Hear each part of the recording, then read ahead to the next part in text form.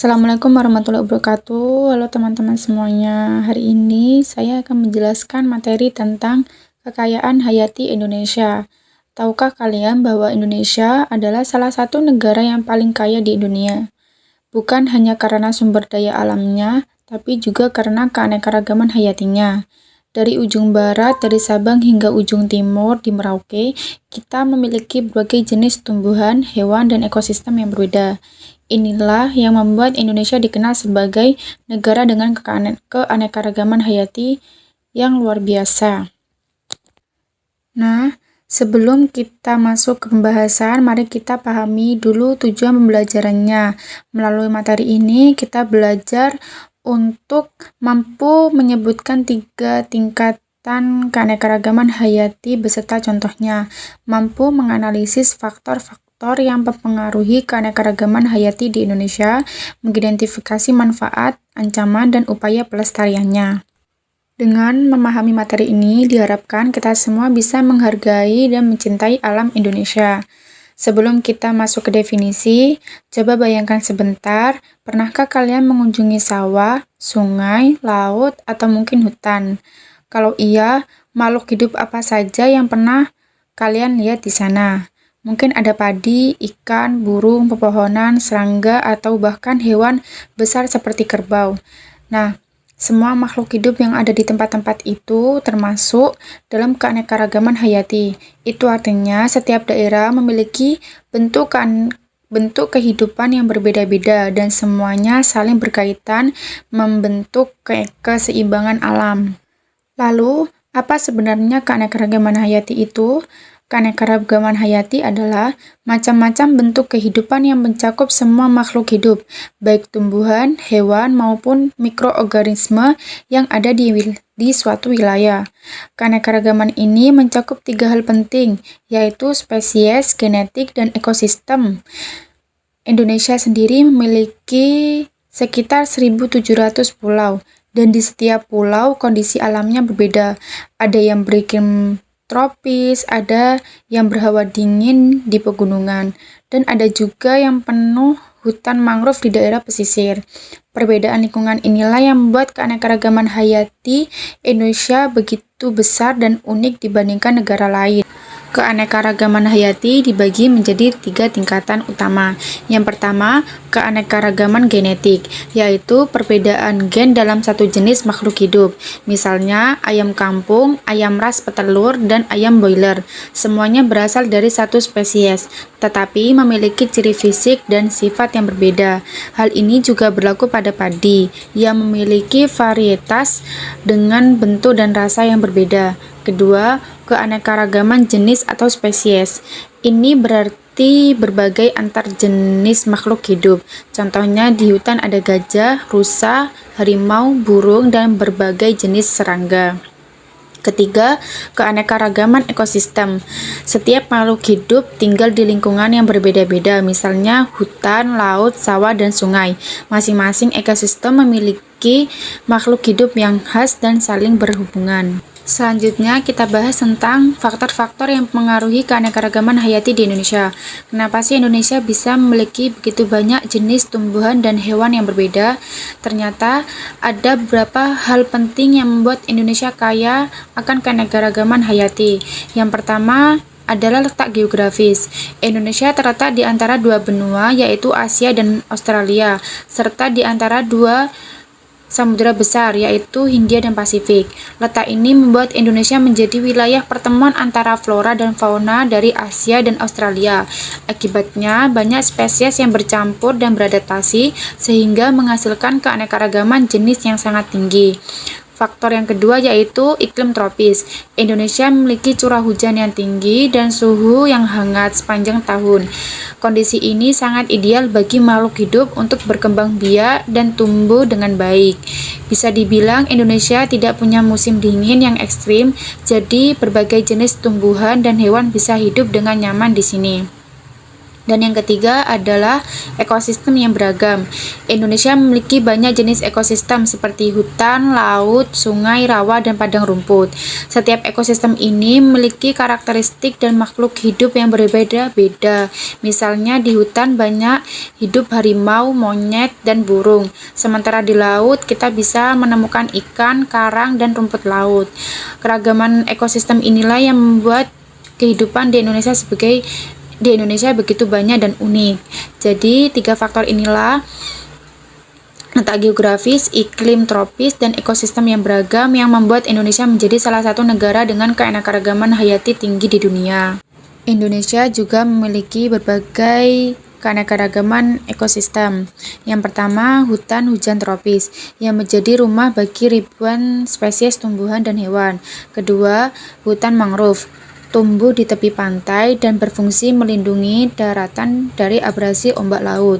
Ketiga, laut dan terumbu karang, tempat hidup ikan dan biota laut yang indah.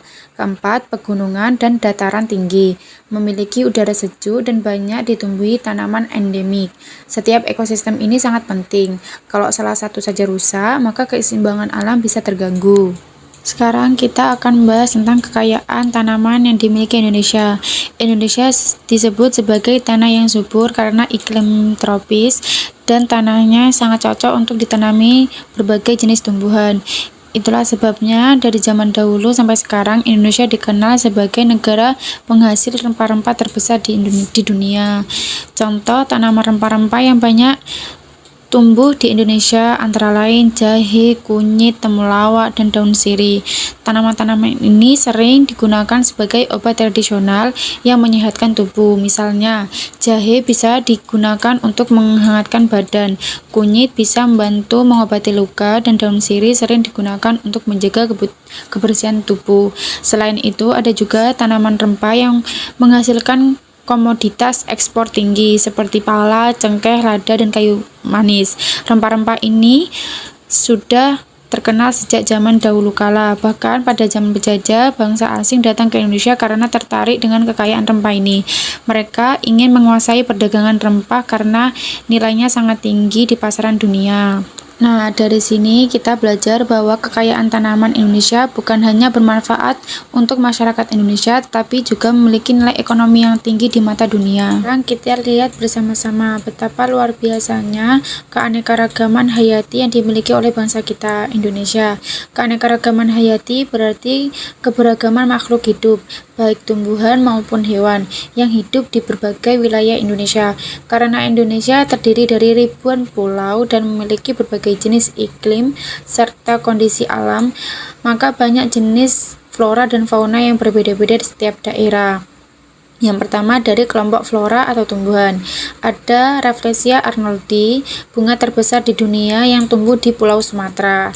Lalu ada anggrek bulan yang merupakan bunga nasional Indonesia dan banyak tumbuh di berbagai daerah tropis. Selain itu ada juga cengkeh dan pala, dua rempah penting yang dulu membuat Indonesia terkenal sebagai tanah surga rempah-rempah. Sekarang kita lihat dari kelompok fauna atau hewan. Dari harimau Sumatera, salah satu hewan langka yang hanya hidup di Pulau Sumatera.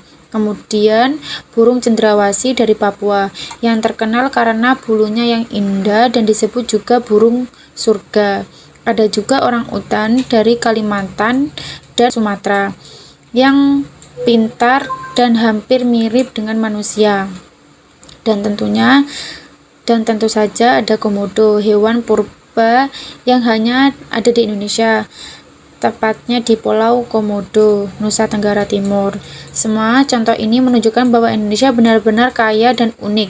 Tidak semua negara memiliki keanekaragaman hayati sebanyak kita. Karena itu, sebagai Indonesia kita harus menyayangi, melindungi, dan menjaga kelestarian flora dan fauna agar tidak Dari saat sebelumnya kita tahu kalau Indonesia punya banyak sekali flora dan fauna yang unik dan langka. Nah, sekarang Semua kekayaan alam itu tentu saja memberikan banyak manfaat bagi manusia. Yang pertama, keanekaragaman hayati membantu memenuhi kebutuhan hidup seperti makanan, obat-obatan, dan bahan industri. Contohnya sayur, buah, daging, dan rempah-rempah yang kita gunakan setiap hari semuanya berasal dari alam.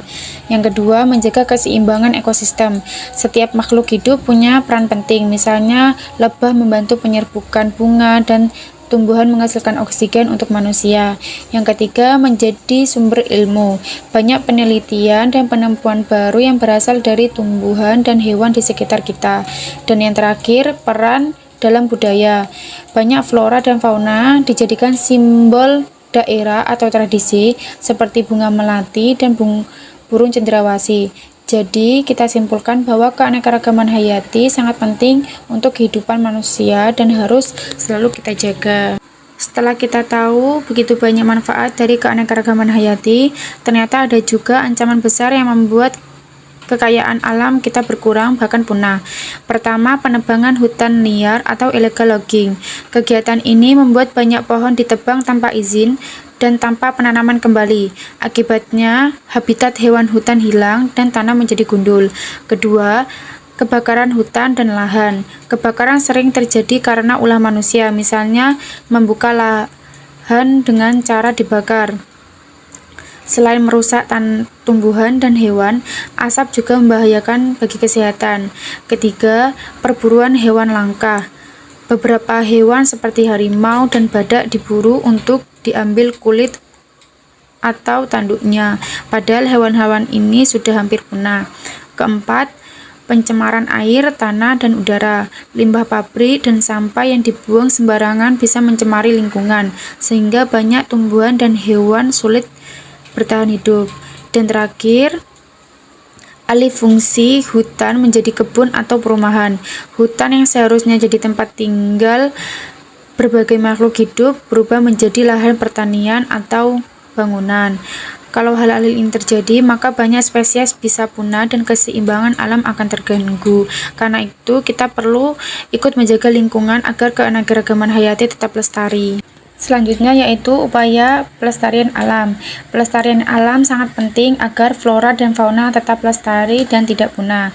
Ada dua jenis pelestarian yaitu in situ dan ex situ. Yang pertama, pelestarian in situ yang menjaga flora dan fauna di habitat aslinya. Contohnya seperti Taman Nasional Komodo, Ujung Kulon, dan Waikambas.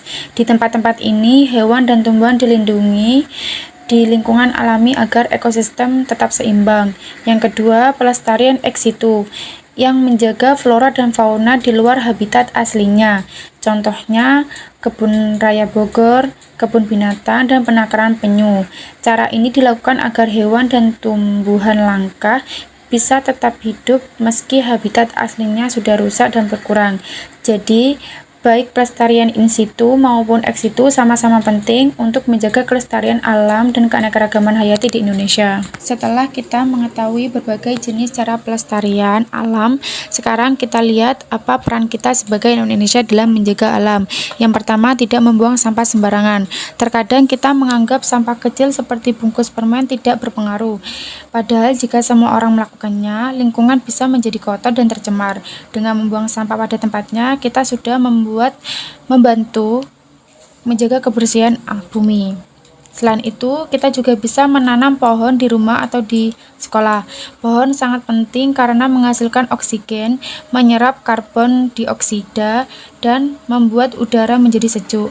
Kita bisa mulai dari hal kecil seperti menanam bunga, menanam sayur di pot, atau ikut kegiatan menanam pohon bersama-sama teman di sekolah.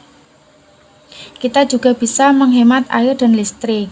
Caranya mudah seperti mematikan keran setelah digunakan, tidak menyalakan lampu di siang hari, dan mencabut charger jika sudah tidak dipakai. Dengan menghemat energi, kita membantu mengurangi kerusakan lingkungan dan menjaga sumber daya alam agar tidak cepat habis. Kemudian kita juga perlu menjaga kelestarian makhluk hidup, misalnya dengan tidak memetik bunga sembarangan atau memburu hewan. Setiap makhluk hidup memiliki peran penting dalam ekosistem. Jika satu jenis hewan atau tumbuhan hilang, bisa mempengaruhi keseimbangan alam. Dan yang terakhir, kita bisa ikut serta dalam kegiatan cinta lingkungan di sekolah. Contohnya seperti kerja bakti, lomba kebersihan kelas, daur ulang sampah, atau kegiatan menanam pohon bersama. Selain menyenangkan, kegiatan ini juga membuat kita lebih peduli terhadap alam sekitar. Jadi, menjaga alam sebenarnya bisa dimulai dari diri kita sendiri dan dari hal-hal kecil. Kalau kita semua melakukannya dengan konsisten, alam Indonesia akan tetap indah, bersih, nyaman untuk generasi sekarang maupun yang akan datang.